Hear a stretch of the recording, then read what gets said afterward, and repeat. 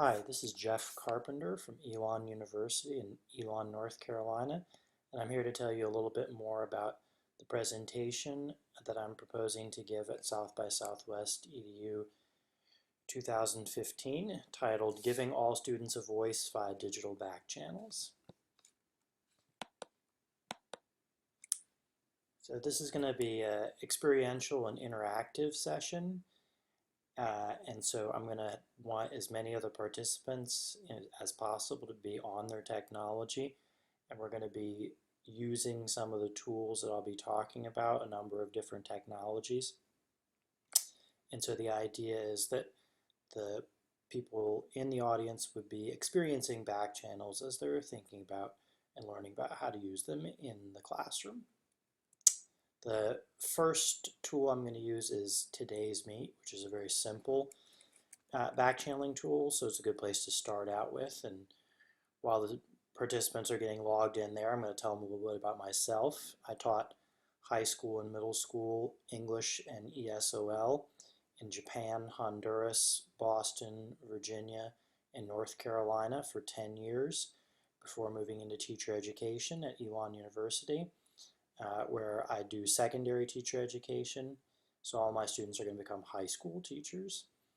I have an undergraduate degree from Rice University, a master's from Harvard. My PhD is from the University of Virginia in curriculum and instruction. And the reason that I got interested in back channeling is because when I was a high school, middle school teacher, I found that only a certain percentage of my students would really share with me their thinking and their developing understanding of what we were talking about, what we were learning about in class, if the only way I asked for or tried to access that understanding was by having them raise their hands and share their thoughts in front of their peers. So it was a struggle that I had where I would ask questions and not as many hands would go up as I would like to, and I learned some tricks along the way. But digital back channels are a really exciting way to get more students involved in discussion and sharing their thinking with you as the teacher. So I'll do some activities using the Today's Meet chat room to find out a little bit about who the audience is, and then also just sort of model for them the idea that, if I asked the question aloud about, who are you and why are you here, only a small percentage of an audience would be willing to raise their hand and share in front of a bunch of other people. So that'll just be a quick demo at the very outset of sort of why we need back channels. I'll then go into discussing in more depth the reason that I mentioned on the previous slide about how I got interested in back channeling and why I'm here. And that's the sort of key problem that teachers often don't know enough about what their students are thinking. So we have to know what they're thinking to be able to teach them best, to be able to adjust our instruction, to be able to target our instruction. But too much of the time we don't know what questions they have, what ideas they have, what they're confident about, what they're struggling with, and what do they think of each other's ideas as well. So we simply do not know enough about what's going on in their mind a lot of the time to be able to really teach them the best that we could and for them to learn the most possible. And then so that makes it hard for us to teach them, and it also makes it hard for us to really improve our teaching because we're not getting enough feedback. So we need to know what they're thinking in order to teach them best. But we also need to know, how effective are we being in our teaching? Oftentimes, particularly for a middle school teacher or a high school teacher, students have learned how to play a kind of school game of nodding their head and being compliant and acting like they're understanding when we don't really know a lot of the time what's going on in their heads and how much they're getting of what we're trying to teach. So we'll then do some discussion around why audience members think that this problem exists in both the back channel and in the front channel. And so I'll present sort of two images. The first image of the classroom we want, where all the students are raising their hands, and then a classroom that maybe many of us face where we ask a question and maybe a few extroverted or extra motivated kids raise their hands, but sometimes nobody raises their hands, or it's just the same few kids all the time. So this kid in the front center who's avoiding eye contact with the teacher in hopes of not being called upon is something that I think a lot of us as teachers have experienced. So how do we move from the classroom without the kids willing to participate and share their thinking to the classroom with all the kids sharing what they understand and their perspectives? So I think sort of the key or one of the key parts of the problem that I identified is that students don't have enough different ways to participate and share what they're thinking. So it's not just that it's impossible to ever elicit from students what they're thinking, it's that we don't give them enough different ways to show what they're thinking. I, as a student, was confident and liked speaking extemporaneously, and when teachers called or asked questions of the class, I was happy to raise my hand and share what I thought. And a lot of teachers, that was who they were as students. And so we oftentimes don't understand the perspective of students who maybe weren't like us when we were students. And so we set the class up to be successful for students who are like us. But a lot of students aren't going to frequently volunteer to share aloud extemporaneously what their thinking is in front of their peers. So one possible solution, which I'm going to discuss in the presentation, to this problem of not enough access to student thinking and teachers not offering enough ways for students to participate and share, is digital back channels. So digital back channels are real-time online conversation that takes place concurrent with live spoken remarks. Back channels have always existed in classrooms for many years. It was notes that were passed or whispers or nonverbal activity. So the back channel is basically the idea that there's multiple levels of conversation that occur in a classroom. There's the front channel, which is the sort of oftentimes teacher directed front of the classroom conversation that people are all supposed to be paying attention to and participating in, but there's other levels as well. And the digital back channel is the one that we're going to talk about in the presentation and experience. So there are a lot of different technologies that can support digital back channeling. I don't advocate or endorse one in particular. I don't work for any back channeling company. So I'm agnostic about the tools. I think that there are different tools that can be used for different purposes. So we'll hear from the audience via front channel and back channel comments about their initial thoughts on back channeling or experiences they've had with it. And I'll tell a little story of a student I had who I'll call Elaine.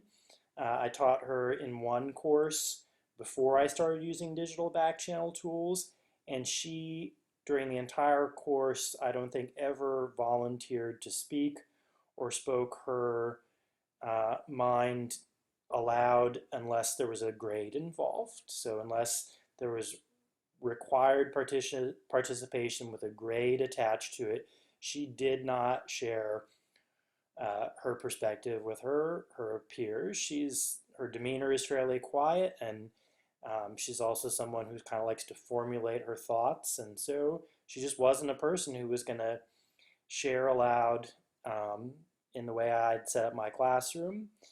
And when I started using digital back channeling, it was just in a subsequent course that she took with me, it was quite striking to see the difference in her behavior, because in the back channel she was a rock star.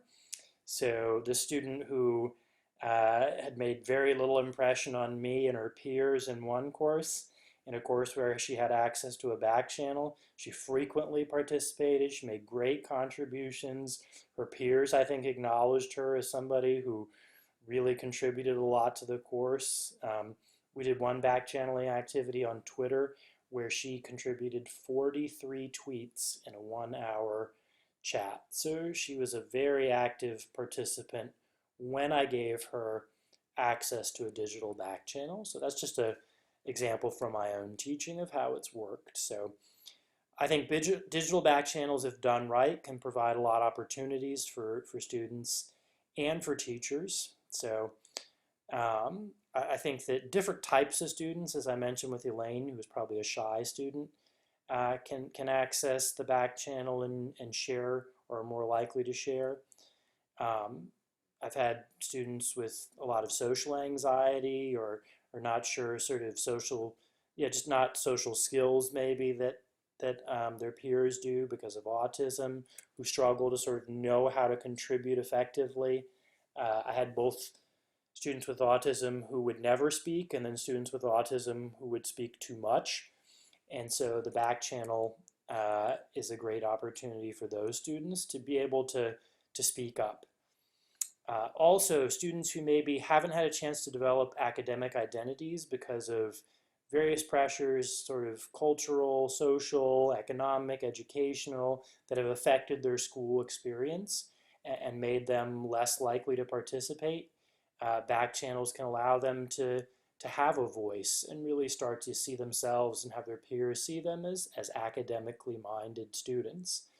Um, One example of that comes to mind is ELLs who may be nervous about their, or self-conscious about their accent. Well, when you're in the back channel, you don't have an accent. You also have a little more time to sort of craft your response and make sure maybe you've got your grammar or your spelling sorted out. I've definitely used back channels successfully with ELLs and seen a lot of willingness to share among students who would find it nerve-wracking and disconcerting to speak aloud and who often wouldn't. A lot of students, middle school and high school students, frankly, do not want to admit in front of their peers that they don't understand something. So a back channel might be a good way for them to seek help either from their peers or from their teacher that doesn't require such a public, allowed admission of not understanding.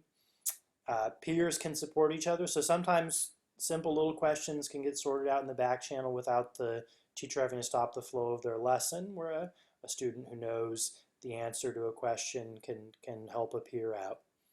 And then finally, the teacher has more access to information about students' learning and misunderstandings via digital back channels, and so they can hopefully adjust their instruction accordingly and more in a more timely fashion. They don't have to wait until the next day's homework or the quiz that half the class fails before they realize that a lot of the students are not getting something.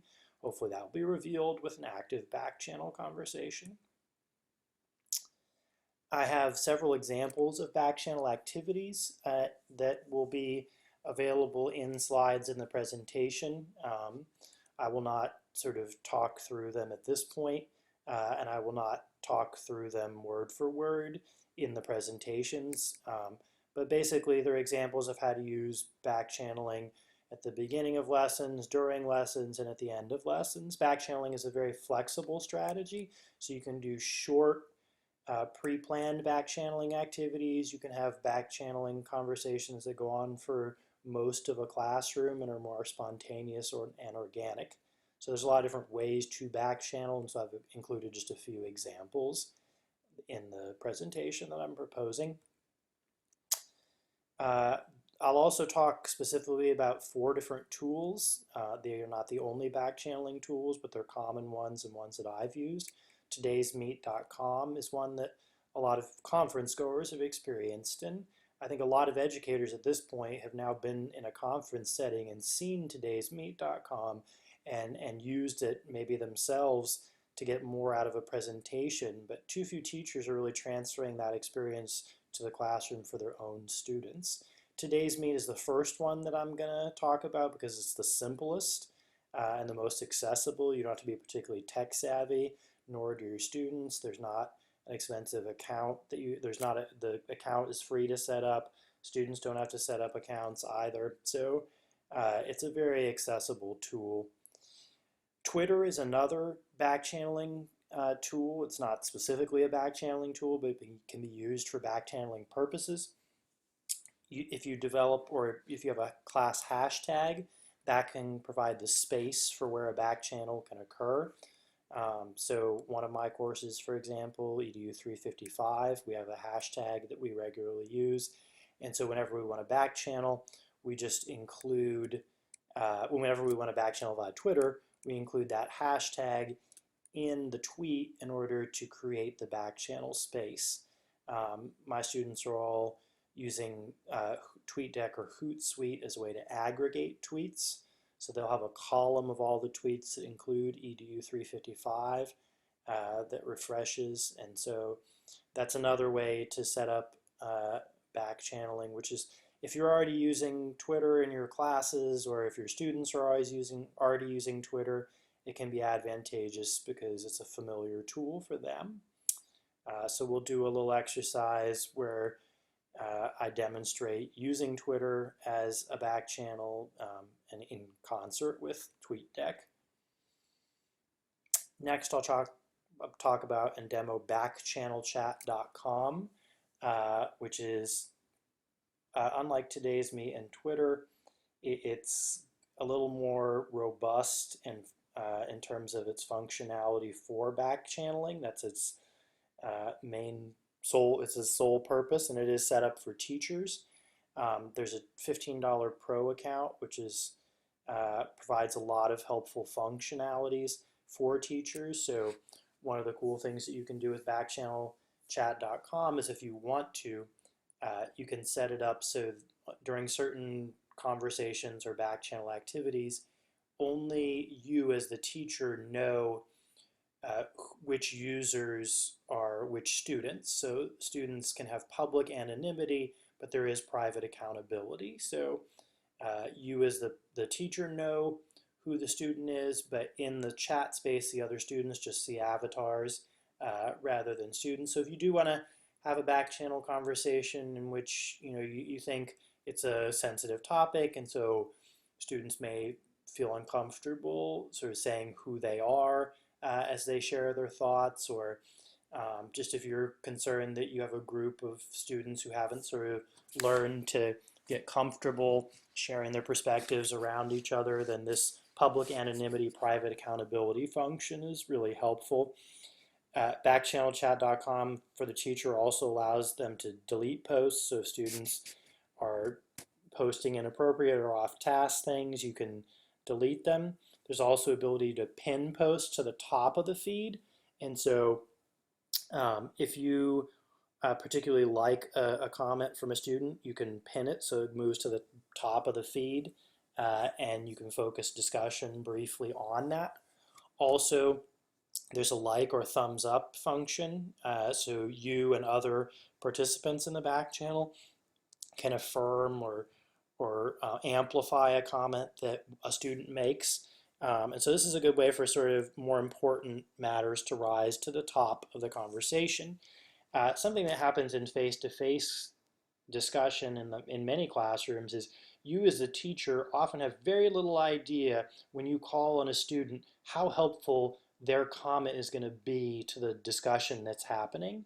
So you're rolling the dice a lot of the time. You see a student, they've got their hand raised, you don't have any sense of is the question they're going to ask or the comment they're going to make relevant to the other students in the class? Is it going to help move this conversation in a productive direction? Who knows when all you rely upon is the typical raising of the hands and calling on students? Through the back channel, you can quickly skim through what's happening in the back channel to find out, okay, well, I see that several students have the same question, so let's address that question that is relevant to more of the class rather than just addressing the question that the more extroverted student who's willing to raise his hand will ask.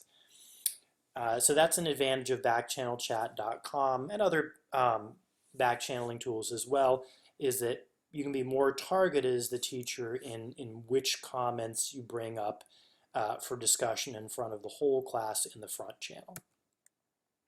Socrative is the fourth tool that we'll talk about, which is not specifically a back channeling tool, but supports some back channeling functions. It's designed for teachers, and it's got some nice functionalities. The Socrative's good for You can set up some quizzes and things like that in advance to do little formative assessments and things. But it also has some formats that are helpful for back channeling, including just asking on the spot questions, and then it will give you just sort of an A, B, C, D, E default multiple choice question that you can then verbally or write up on the board or on a PowerPoint slide what goes in A, B, C, D, and E, and it'll give you instant feedback on where the class is. So I will ask the audience which of the tools looks most interesting to them, and then demo how I'll have instant feedback for that through Socrative. And so as a teacher, I would be able to adjust my instruction accordingly. I have more examples of backchanneling activities if questions come up about sort of more specific examples. And then basically throughout the remainder of the presentation, we'll just be in the different backchanneling tools, discussing some of their benefits and drawbacks. And one of the things that I'll emphasize is, again, that I'm agnostic about particular backchanneling tools, and that the participants, if they want to backchannel, they need to be strategic in figuring out what their goals are, and the tool should match the goal. And it may be the case that they'll decide to use two different types of back channel tools in their teaching. I'll also point out before moving into questions and discussion that in addition to the four tools I've talked about, Edmodo, Gaggle, Poll Everywhere, and other tools out there do support back channeling. So it's something that can be done via a lot of different technology tools.